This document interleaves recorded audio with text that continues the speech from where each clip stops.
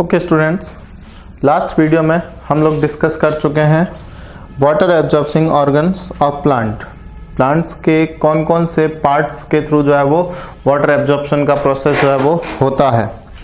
इस वीडियो के अंदर हम बात करने वाले हैं मैकेनिज्म ऑफ वाटर एब्जॉर्प्शन, यानी कि प्लांट के अंदर जो जल अवशोषण की क्रिया है वो किस तरह से होती है, कौन कौन से मेथड है जिनसे जो है वो वाटर एब्जॉर्प्शन जो है वो होता है। सबसे पहले हम बात करें, एक साइंटिस्ट आते हैं रेनर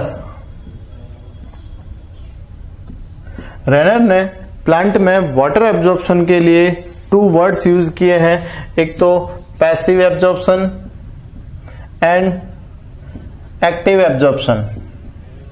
ये जो दोनों वर्ड है वो रेनर के थ्रू जो है वो यूज किए गए। इट मींस इन दोनों वर्ड्स का जो यूज है वो रेनर ने किया था। एक और साइंटिस्ट आते हैं क्रेमर, 1949।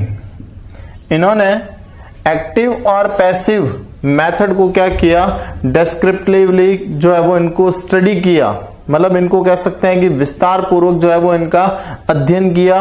और स्टडी करने के बाद उन्होंने ये बताया कि ये जो दोनों मैकेनिज्म है, यानी कि active water absorption and passive water absorption, ये दोनों एक दूसरे से क्या है, फ्री है, यानी कि एक दूसरे से डिपेंडेड नहीं है। तो ये बात किसने बताई, क्रेमर ने।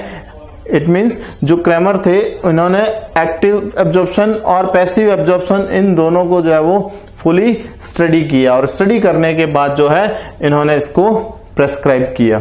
ठीक है, तो आज हम बात कर रहे हैं mechanism of water absorption. Water absorption के लिए हमारे पास में 2 मैकेनिज्म प्रेजेंट है। First passive water absorption and second active water absorption, यानी कि निष्क्रिय जल अवशोषण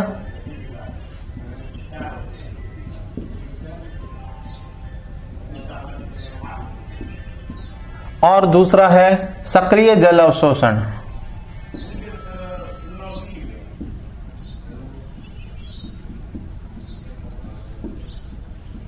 निष्क्रिय जल अवशोषण और सक्रिय जल अवशोषण। तो आज हम बात करने वाले हैं पैसिव एब्जॉर्प्शन के बारे में, यानी कि निष्क्रिय जल अवशोषण के बारे में, किस तरह से होता है। देखिए, निष्क्रिय मतलब इनएक्टिव।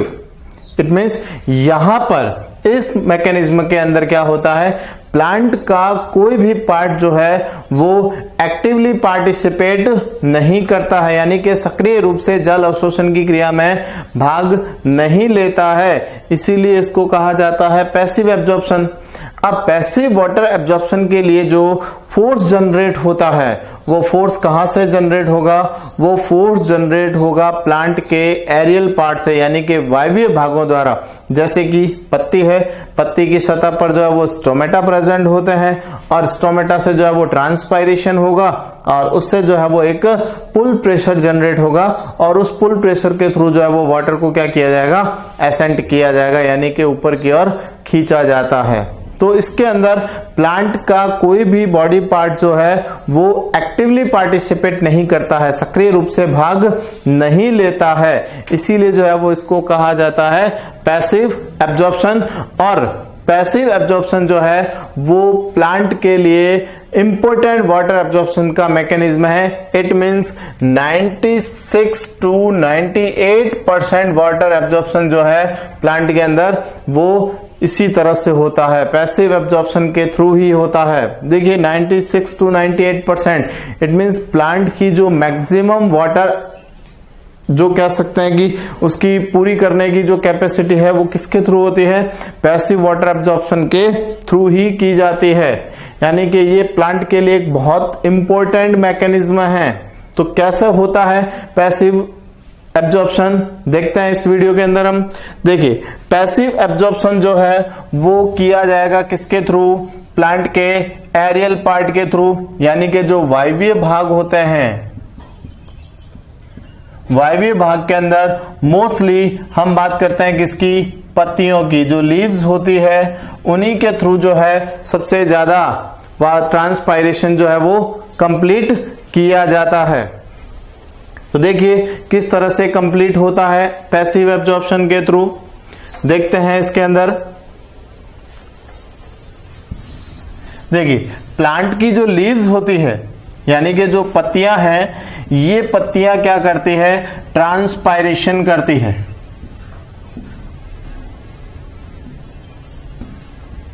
क्या करेगी, वाष्पोत्सर्जन करेगी। और जब पत्तियों की सतह के द्वारा वाष्पोत्सर्जन होता है तो लीव्स वेसल्स के अंदर यानी कि जो लीव्स वेन्स होती है, जो शिराएं होती है, उन शिराओं के अंदर क्या हो जाती है, वाटर डेफिशिएंसी हो जाती है, जल की कमी उत्पन्न हो जाती है। बात समझ में आई होगी आपको कि जो पत्तियां होती है उन पत्तियों की सतह के द्वारा क्या किया जाता है, ट्रांसपायरेशन यानी कि वाष्पोत्सर्जन किया जाता है।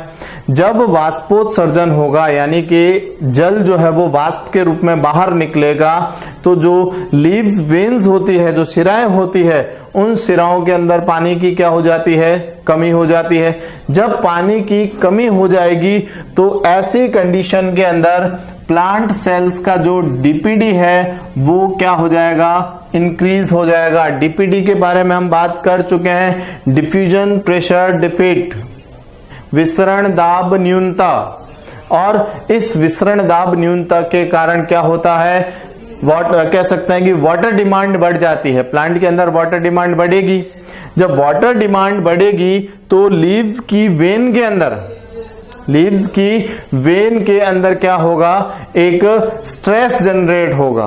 किसके थ्रू स्ट्रेस जनरेट होगा, डीपीडी की ग्रोथ के कारण। जब डीपीडी ग्रोथ करेगी तो लीव्स वेन्स के अंदर क्या होगा, एक स्ट्रेस जनरेट होगा। और ये स्ट्रेस कहां जाएगा, लीव्स की जाइलम्स के अंदर, या जो जाइलम वेसल्स होती है उन जाइलम वेसल्स के अंदर जाएगी। देखिए एक डायग्राम के थ्रू समझने की कोशिश कीजिए। ये हमारे पास में एक लीव्स है, ये इसकी मिड वेन्स, ये इसकी लेटरल वेन्स, ठीक है। जैसे ही ट्रांसपायरेशन होगा, वाष्पोत्सर्जन की क्रिया होगी, इन वेन्स के अंदर क्या होगा, एक स्ट्रेस जनरेट होगा, तनाव उत्पन्न होगा। और ये तनाव किसके कारण उत्पन्न हो रहा है, वाष्पोत्सर्जन के कारण उत्पन्न हो रहा है। जैसे ही तनाव उत्पन्न होगा, उस तनाव के कारण क्या होगा, इस वेन्स की जो डीपीडी है वो इंक्रीज हो गई। डीपीडी इंक्रीज हो जाएगी तो इनका जो जाइलम वेसल्स होता है, वेन्स के अंदर जाइलम वेसल्स प्रेजेंट होती है, और जाइलम वेसल्स किससे कनेक्टेड होती है, स्टेम की जाइलम वेसल्स के साथ कनेक्ट होगी। यानी कि लीव्स का जाइलम स्टेम के जाइलम के साथ कनेक्ट है, तो इसका स्ट्रेस कहां तक जाएगा, स्टेम के जाइलम के अंदर जाएगा। स्टेम कनेक्टेड है किससे, रूट से कनेक्टेड है, तो रूट्स के जाइलम के साथ वो कनेक्टेड हो जाएगा।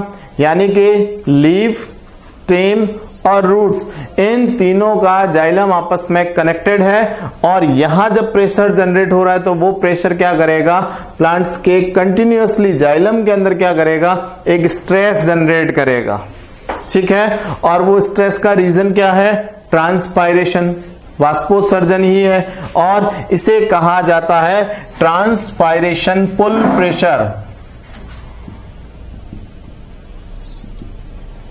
ट्रांसपायरेशन पुल प्रेशर यानी कि वाष्पोत्सर्जन कर्षण बल, वाष्पोत्सर्जन कर्षण बल उत्पन्न होता है। और जैसे ही ये ट्रांसपायरेशन पुल प्रेशर रूट हेयर तक पहुंचता है तो ये स्ट्रेस क्या करेगा, सॉइल के अंदर जो भी वाटर अवेलेबल है उसको क्या कर लेगा, एब्जॉर्ब कर लेगा, बिकॉज प्रेशर जनरेट हो गया। और इस प्रेशर के कारण जो वाटर इनटेक हो रहा है वो कहां एंटर करेगा, जाइलम के अंदर। और जाइलम के थ्रू उसको क्या किया जाएगा, ऊपर की ओर पुल किया जाता है, ऊपर की ओर उसको खींचा जाता है। क्यों खींचा जा रहा है, प्रेशर कहां से आ रहा है, ट्रांसपायरेशन कंटिन्यू हो रहा है। ट्रांसपायरेशन कंटिन्यू होगा तो उससे प्रेशर जनरेट होता जाएगा और उसका जो पानी है वो क्या होगा, ऊपर पहुंचता जाएगा। डीपीडी की वैल्यू धीरे धीरे क्या होती जाएगी, डिक्रीज होती जाएगी। और ऐसी कंडीशन में जो लीव्स है वो क्या, लीव्स तक जो है वो वाटर क्या होता है, इनटेक कर लिया जाता है, पहुंचा दिया जाता है। तो इस पार्ट के अंदर, इस प्रोसेस के अंदर कहीं पर भी प्लांट का कोई भी पार्ट जो है वो एक्टिवली पार्टिसिपेट नहीं करता है। एक्टिवली पार्टिसिपेट का मतलब है यहां पर किसी भी तरह की एनर्जी एटीपी फॉर्म में, एडीपी फॉर्म में किसी भी तरह की जो है वो एनर्जी जो है वो यूज नहीं की जा रही है। ओनली फॉर फिजिकल फोर्सेस के थ्रू जो है यहां पर वाटर एब्जॉर्प्शन किया जा रहा है, इसीलिए इसको बोला जाता है पैसिव वाटर एब्जॉर्प्शन। और ये ट्रांसपायरेशन पुल प्रेशर जो है वो क्या करता है, सॉइल से वाटर को इनटेक करने में हेल्प करेगा और वहां से वाटर एब्जॉर्ब होकर कहां पहुंचेगा, जाइलम के अंदर, और जाइलम के थ्रू जो है वो वाटर कहां पहुंच जाएगा, लीव्स तक पहुंच जाएगा। एक चीज आपने नोट करी होगी कि जाइलम की जो वेन्स और वेसल्स होती है ये क्या होती है, डेड सेल्स होती है। जाइलम की जो पार्ट्स हो, जाइलम पैरेन्काइमा को छोड़ करके जाइलम के बाकी सारे पार्ट्स क्या होते हैं, डेड सेल्स से बने होते हैं, यानी कि डेड होते हैं। तो उनके अंदर कोई भी पार्ट्स एक्टिव नहीं है। तो सारा फोर्स कहां से जनरेट हो रहा है, ट्रांसपायरेशन के थ्रू, लीव्स के थ्रू जनरेट हो रहा है और उसी के थ्रू जो है वो वाटर क्या किया जा रहा है, इनटेक किया जा रहा है। तो ये था मेथड कौन सा, पैसिव एब्जॉर्प्शन का। अब पैसिव एब्जॉर्प्शन के थ्रू क्या क्या होता है, या कह सकते हैं कि पैसिव एब्जॉर्प्शन को कौन कौन से फैक्टर्स जो है वो क्या करते हैं, अफेक्टेड करते हैं। सबसे पहली बात ट्रांसपायरेशन, जो कि अभी हमने बात की है, ट्रांसपायरेशन पुल प्रेशर को जनरेट करने के लिए ट्रांसपायरेशन यानी कि वाष्पोत्सर्जन जो है वो अति आवश्यक है। अगर ट्रांसपायरेशन नहीं होगा, वाष्पोत्सर्जन की क्रिया नहीं होगी तो वाटर एब्जॉर्प्शन भी नहीं हो पाएगा। तो प्लांट्स के लिए वाटर एब्जॉर्प्शन के लिए मस्ट रिक्वायरमेंट है किसकी, ट्रांसपायरेशन की। पैसिव एब्जॉर्प्शन के लिए बात कर रहा हूं तो ट्रांसपायरेशन जितना ज्यादा होगा तो उतना ही ज्यादा क्या होगा, एब्जॉर्प्शन हो पाता है। क्लियर है। सेकंड चीज, अभी हमने बात की कि जो जाइलम वेसल्स और जाइलम वेन्स जो होती है ये कौन सी सेल्स होती है, डेड सेल्स होती है। तो जब डेड सेल्स है तो इनके थ्रू कोई भी कह सकते हैं कि ऑस्मोटिक प्रेशर जो है वो जनरेट नहीं होता है, परासरण विसरण की क्रिया नहीं हो पाती है। विसरण परासरण, विसरण तो हो तो नहीं कह सकते, परासरण की क्रिया यहां पर नहीं हो पाती है। और इसके कारण क्या होता है, फिजिकल फोर्सेस यानी कि भौतिक बल जो है वो जल अवशोषण के लिए क्या हो जाते हैं, रेस्पॉन्सिबल हो जाते हैं, उत्तरदायी हो जाते हैं। तो ये आज का वीडियो था हमारा किसका, पैसिव एब्जॉर्प्शन का। नेक्स्ट वीडियो के अंदर मैं आपको बताऊंगा एक्टिव एब्जॉर्प्शन के बारे में।